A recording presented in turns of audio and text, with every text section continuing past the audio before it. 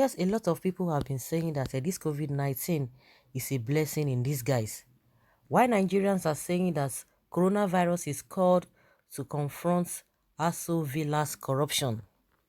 1 week after Nigeria celebrated the country's 57th independence anniversary, the wife of President Muhammadu Buhari, Aisha, saddened the citizens by her strident voice of sorrow, shame and pain.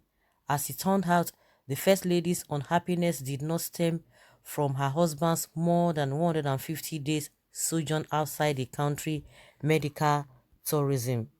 Lady Aisha's source of foreboding was that the gigantic medical facility known as Aso Villa Clinic, meant to handle the healthcare needs of residents and guests of the country's seat of power, did not have what it takes to be called a clinic, perhaps hiked by the profusion of verbal abuses against the first family, especially against the backdrop of the president's electioneering promise not to seek medical attention outside the shores of the country if elected.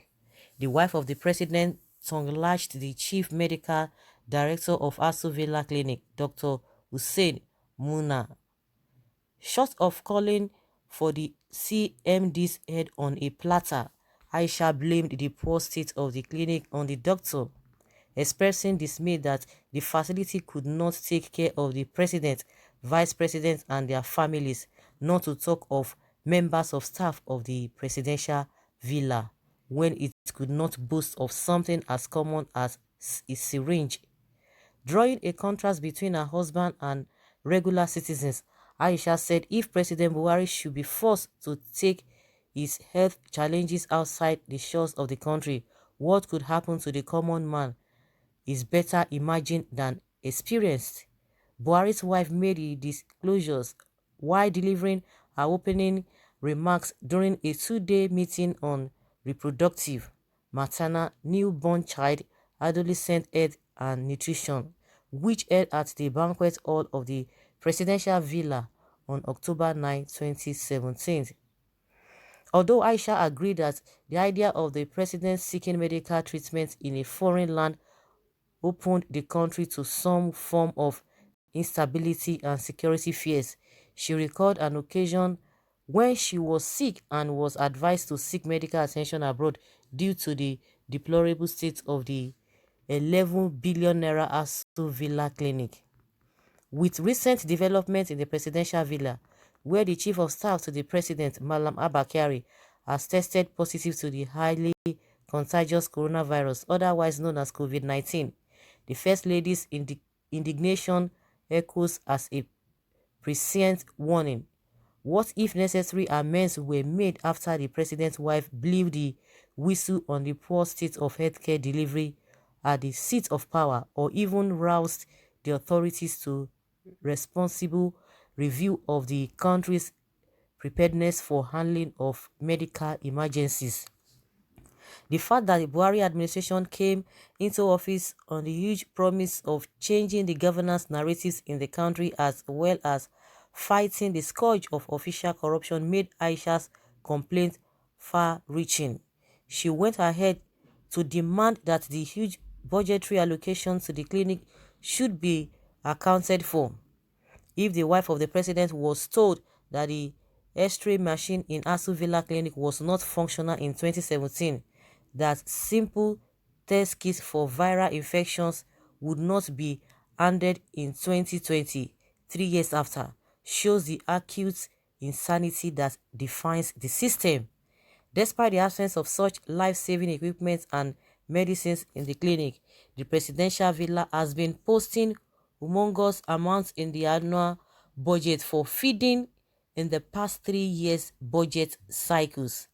The president's wife did not go as far as that, but she broached the aspect of budgetary provision and implementation when she stated, "Few weeks ago, I was sick as well. They advised me to take the first flight out to London. I refused to go. I said I must be treated in Nigeria because there's a budget for an assigned clinic to take care of us. If the budget is 100 million naira, we need to know how the budget is spent." Along the line, I insisted they call ASU clinic to find if the X-ray machine is working. They said it was not working. They didn't know I was the one that was supposed to be in that hospital at that very time. I had to go to hospital that was established by foreigners 100%. What does that mean? So I think it is high time we did the right thing. If something like this can happen to me, there is no need for me to ask the governor's wives what is happening in their state. This is Abuja, and this is the highest seat of government, and this is the presidential villa. One of the speakers has already said we have very good policies in Nigeria. In fact, we have the best policies in Africa. Yes, of course, we have, but the implementation has been the problem. So we need to change our mindset and do the right thing. Unconfirmed reports have it that on the wake of the chief of staff's positive strain with the coronavirus, the president's wife returned to the clinic, not with verbal rebukes, but to sack the permanent secretary to ASU Villa Clinic, Jala Aribi. It was alleged that Aisha ordered Aribi's sacking on the grounds of the poor equipment of the clinic and not paying doctor salaries, but instead keeps the money in his fixed deposit account. Going by the presidency organogram, Aribi reports and takes instructions from the chief of staff, Kyari.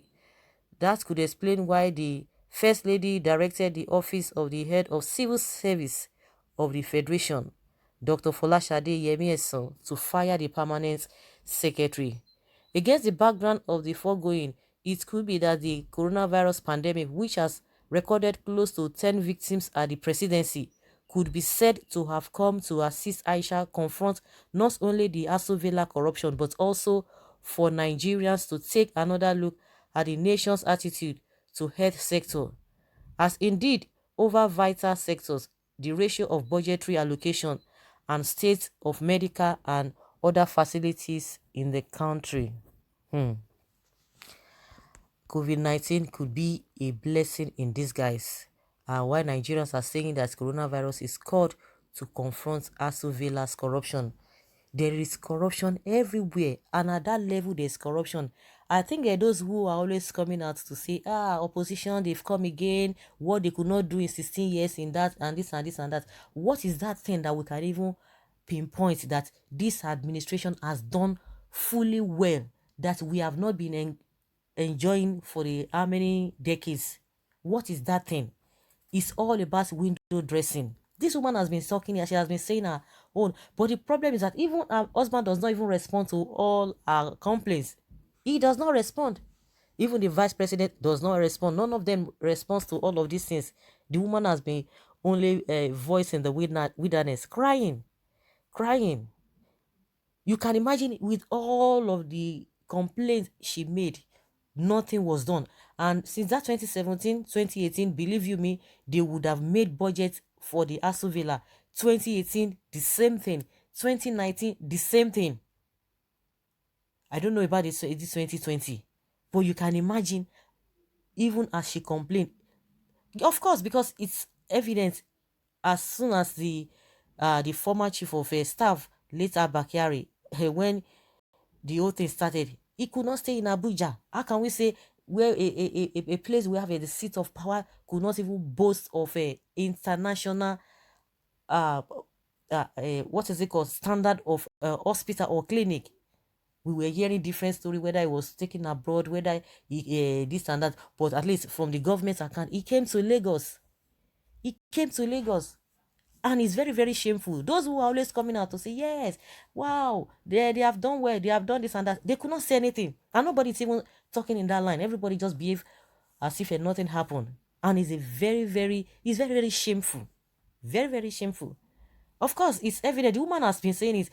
Thank God it was not even coming from the opposition. Even when she started saying it, they would have said many things. But they couldn't even respond very well. Everybody just acted as if nothing happened, or they didn't even hear what she was talking about. It has really exposed. This coronavirus has really exposed and to confront ASU Villa's corruption. And one thing again, these people are not ready to change. Majority of them now, they are getting well.